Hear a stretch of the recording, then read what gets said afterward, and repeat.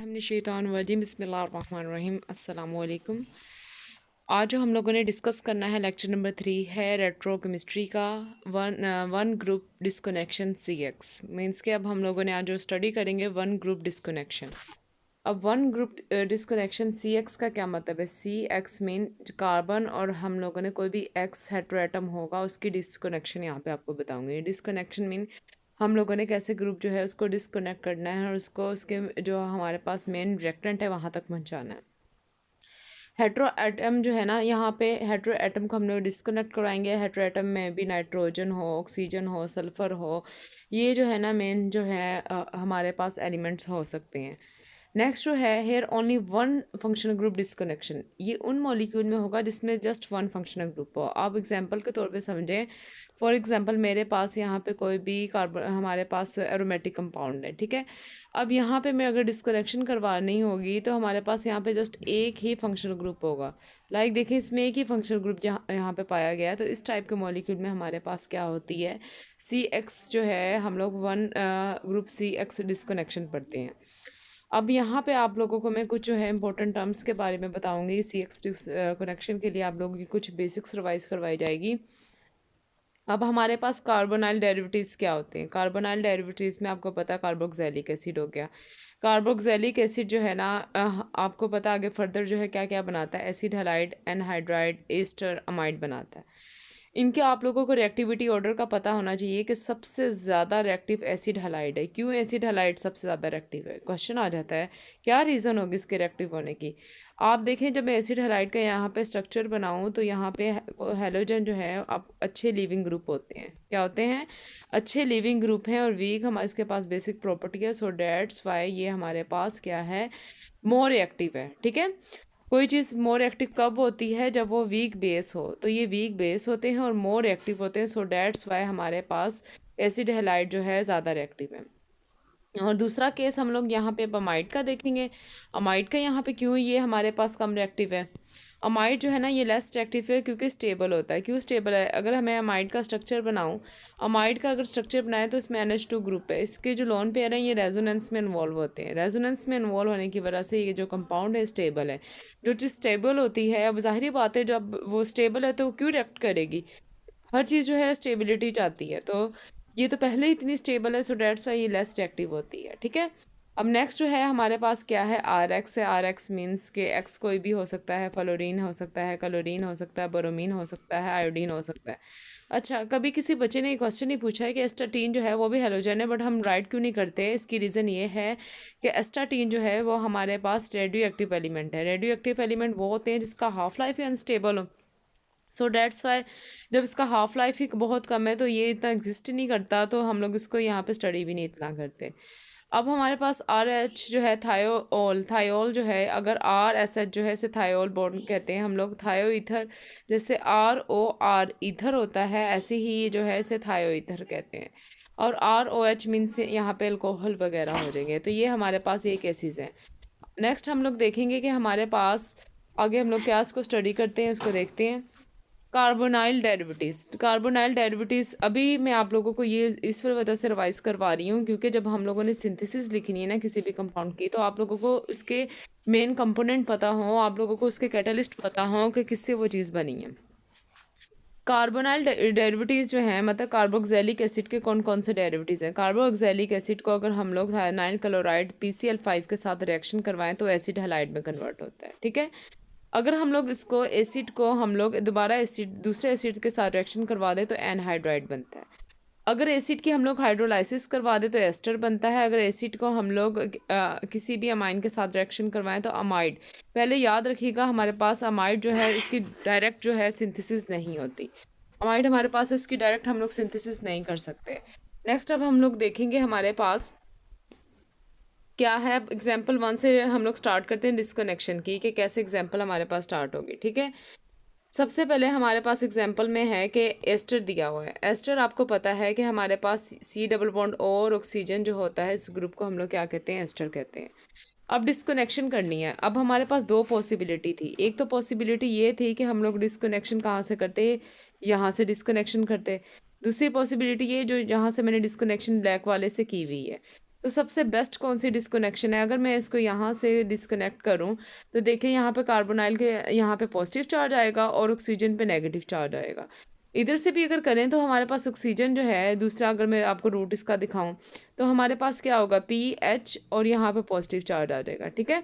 ये और ऑक्सीजन के ऊपर नेगेटिव चार्ज आएगा, बट ये जो है हमारे पास इतना स्टेबल नहीं है, सो डेट्स वाई हम लोग इसको ज़्यादा प्रीफर करते हैं इस वाले रूट को, ठीक है। अब आप लोग क्या करें, आप लोग इसके जो है ये हमारे पास सिंथोन आ गया, अब हम लोग इसके सिंथेटिक इक्विवेलेंट लिखेंगे। इसका जो सिंथेटिक इक्विवेलेंट है ना पीएच का, ये हमारे पास इधर हाइड्रोजन आएगा और इधर हमारे पास आप क्या लगा दें, इधर आप कोई भी OH ग्रुप लगा दें या Cl हैलोजेंस लगा दें। अब आप लोगों ने इसका टारगेट मॉलिक्यूल कैसे बनाना है? टारगेट मॉलिक्यूल बनाने के लिए ये वाला जो अब आपको पता है कि हमारे पास जब भी रेट्रो होती है तो हम लोग उसकी सिंथेसिस भी लिखते हैं। तो अब इसके बाद यहाँ पे इसकी सिंथेसिस लिखते हैं कि हमारे पास इसकी सिंथेसिस कैसे राइट की जाएगी। ये हमारे पास क्या है, अल्कोहल है, फिर अल्कोहलिक यहाँ पे ग्रुप लगा हुआ है, और ये हमारे पास क्या है, ये एक कार्बोक्सिलिक एसिड ग्रुप है, ये एसिड की प्रेजेंस में होगा एसिड, और ये हमारे पास यहाँ पे टारगेट मॉलिक्यूल जो है ना वो पर बन जाएगा। यहाँ पे मैंने H+ क्यों लिखा, बिकॉज सबसे पहले हमारे पास हम लोगों ने लिविंग ग्रुप जो है उसको जनरेशन करवाना है, ये एसिड कैटालाइज्ड रिएक्शन है, सो डेट्स वाई यहाँ पे एसिड का लिखा है। आप लोग अपनी बेसिक्स रिवाइज करें ताकि आप लोगों को सिंथेसिस लिखने में आसानी हो। ये तो एस्टर का केस था। हम लोगों ने कार्बोक्सिलिक एसिड के चारों केस पढ़ने थे। सबसे पहले हमारे पास एस्टर आ गया है, अब दूसरा है हमारे पास अमाइड का केस है। अब अमाइड का केस डिस्कस करने से पहले, अमाइड आपको पता है कि अमाइड इस वाले ग्रुप को कहते हैं जिसमें हमारे पास कार्बोनाइल ग्रुप हो और साथ NH2 ग्रुप हो, उसको अमाइड ग्रुप कहा जाता है। अब इसमें हम लोगों ने जब डिस्कनेक्शन देखनी है तो हम लोग कैसे इसको डिस्कनेक्ट करें। अब देखें यहाँ से इसकी डिस्कनेक्शन हो गई। अब जहाँ जोन से हमने बॉन्ड तोड़ना होता है ना, तो वो हमने इसको डबल एरो पे राइट करना होता है, इसमें CN बॉन्ड टूटा है। अब इधर हमारे पास अगर आप इसके आगे फर्दर देखें कि हमारे पास इसके सिंथेटिक इक्विवेलेंट जो है मैंने डायरेक्टली लिख दी है, एक साइड पे NH2 लगा दिया, दूसरे साइड पे मैंने हेलोजन लगा दिया। हेलोजन जो है वो अच्छे लिविंग ग्रुप होते हैं, सो डेट्स वाई इधर मैंने Cl जो है इसके सिंथेटिक इक्विवेलेंट पे लगा दी है। नेक्स्ट अब हम लोग देखते हैं हमारे पास इसकी सिंथेसिस देखेंगे कि इसकी सिंथेसिस कैसे हुई है, वो हम लोग यहाँ पे डिस्कशन करते हैं। चलें अब इसकी सिंथेसिस देखते हैं कि सबसे पहले हमारे पास दो क्लोरीन मॉलिक्यूल लगे हुए बेंजीन पे। आपको पता है जो हमारे पास हेलोजन है वो कौन कौन से हमारे पास ऑर्थो या मेटा डायरेक्टिंग ग्रुप है। जब हेलोजन का मैंने लास्ट टाइम भी आपको बताया था, ये इसके लिहाज से हमारे पास ऑर्थो डायरेक्टिंग है। जब हम इसकी नाइट्रेशन कराएंगे तो NO2 ग्रुप जो है वो इधर लग जाएगा, ठीक है। जब हमारे पास इलेक्ट्रॉन ये रेजोनेंस कॉन्सेप्ट के मुताबिक इलेक्ट्रॉन डोनेटिंग ग्रुप है, तो ये हमारे इस वाले क्लोरीन के अकॉर्डिंग पैरा पोजीशन पे इसके लग जाएगा। फर्दर जो है NH2 ग्रुप डायरेक्ट नहीं लगा सकते, इसके रिडक्शन करवाएंगे तो हमारे पास इधर NH2 ग्रुप लग जाएगा। फर्दर जो हमारे पास ये कंपाउंड बना है, ये NH2 ग्रुप इधर से यहाँ पे इसके कार्बोनाइल कंपाउंड पे अटैक करेगा, जिसकी वजह से क्लोरीन जो है एज अ लिविंग ग्रुप क्या कर जाएगा, लीव कर जाएगा और हमारे पास टारगेट मॉलिक्यूल बन जाएगा। एस्टर जो है ये बहुत इंतहाई सिंपल है, इंतहाई सिंपल एग्जाम्पल है इसकी। अब नेक्स्ट हम लोग देखते हैं फर्दर।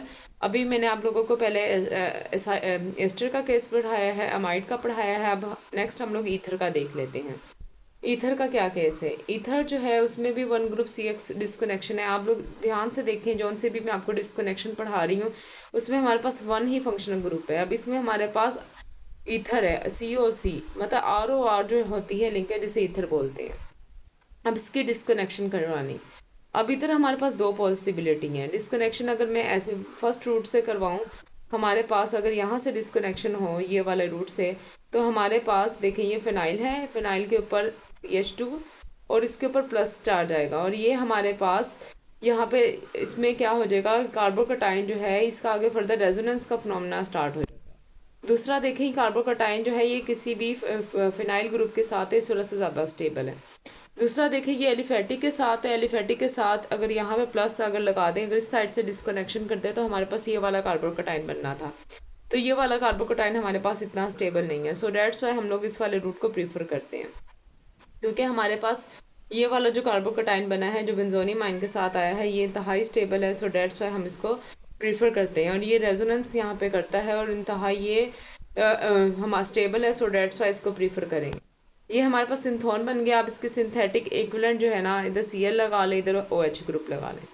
अब हम लोग अगर फर्दर देखें कि हमारे पास नेक्स्ट जो है इसकी सिंथेसिस देखें, सिंथेसिस इंतहाई सिंपल है कि इसको सिंथेसिस नेक्स्ट कैसे करें। आप टारगेट हमारे पास ये वाला रिएक्टेंट ने सिंथोन, दूसरा सिंथोन लें, किसी भी बेस की प्रेजेंस में हमारे पास टारगेट हो सकता है। आप बेस यहाँ पे OH नेगेटिव मेंशन कर सकते हैं, कुछ भी आप मेंशन करें, मेंशन करना यहाँ पे हमारे पास क्या होता है, ज़रूरी होता है। नेक्स्ट स्टेप हमारे पास एग्जांपल, दोबारा एक ईथर का एग्जांपल दी हुई है। अब यहाँ पे डिस्कनेक्शन करनी थी। अब देखें इसकी भी मैंने ये वाली डिस्कनेक्शन इधर से की है, ये पॉसिबिलिटी थी। यहाँ पे OH इसका सिंथेटिक इक्विवेलेंट आ गया, अगर ये आ गया। अगर मैं इसकी डिस्कनेक्शन ये बेंजीन के साइड पे करती तो बेंजीन के ऊपर अब डायरेक्ट पॉजिटिव चार्ज था जो हाईली अनस्टेबल था। अगर CH2 लगा के पॉजिटिव चार्ज आता तो वो स्टेबल होता, बट अब इसमें बेंजीन पे डायरेक्ट चार्ज है, तो सो डेट्स वाई हम लोग इस रूट को प्रीफर नहीं करते, इसको करते हैं। ये इंतहाई सिंपल। अब हम लोग इसकी सिंथेसिस करते हैं। सिंथेसिस नेक्स्ट इसको स्लाइड में देखेंगे कि इसकी सिंथेसिस जो है हमारे पास कैसे है। अब सल्फाइड का केस देख लेते हैं कि सल्फाइड का हमारे पास कैसे बनता है। सल्फाइड की डिस्कनेक्शन देख लेते हैं। अभी हम लोगों ने एस्टर की है, अमाइड की है, ईथर की है। ईथर की 2 एग्जांपल्स मैंने आपको करवाई।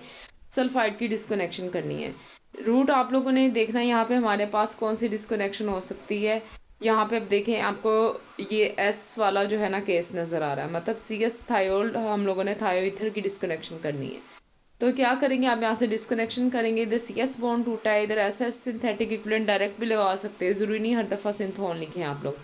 इधर हेलोजन लगा दें। जब आपने इसकी सिंथेसिस लगनी है तो पहले कोई बेस जो है इस हाइड्रोजन को एलिमिनेट करती है और S के ऊपर नेगेटिव चार्ज आ जाता है। फर्दर S जो है इस वाले CH2 से ये CH2 को रिमूव करके क्लोरीन को बाहर निकाल देता है एज अ लिविंग ग्रुप, और हमारे पास टारगेट मॉलिक्यूल जो है ना वो इजीली बन जाता है। तो ये जो था ये सारा 1 ग्रुप CX डिस्कनेक्शन थी। ये इंतहाई सिंपल है, बस आप लोगों को कार्बोक्सिलिक एसिड से देखें कि उसके डेरिवेटिव्स क्या हैं, वो कैसे कैसे बन रहे हैं। आप उनके मेन रिएजेंट देखें, उनके कैटालिस्ट अपने जहन में याद रखें। क्यों याद रखना है, क्योंकि आपने आप जो रेट्रो करते हैं आप जो लास्ट में सिंथेसिस भी लिखते हैं, उसकी सिंथेसिस में मेंशन करना कंपलसरी होता है। सो डेट्स वाई आप लिखें।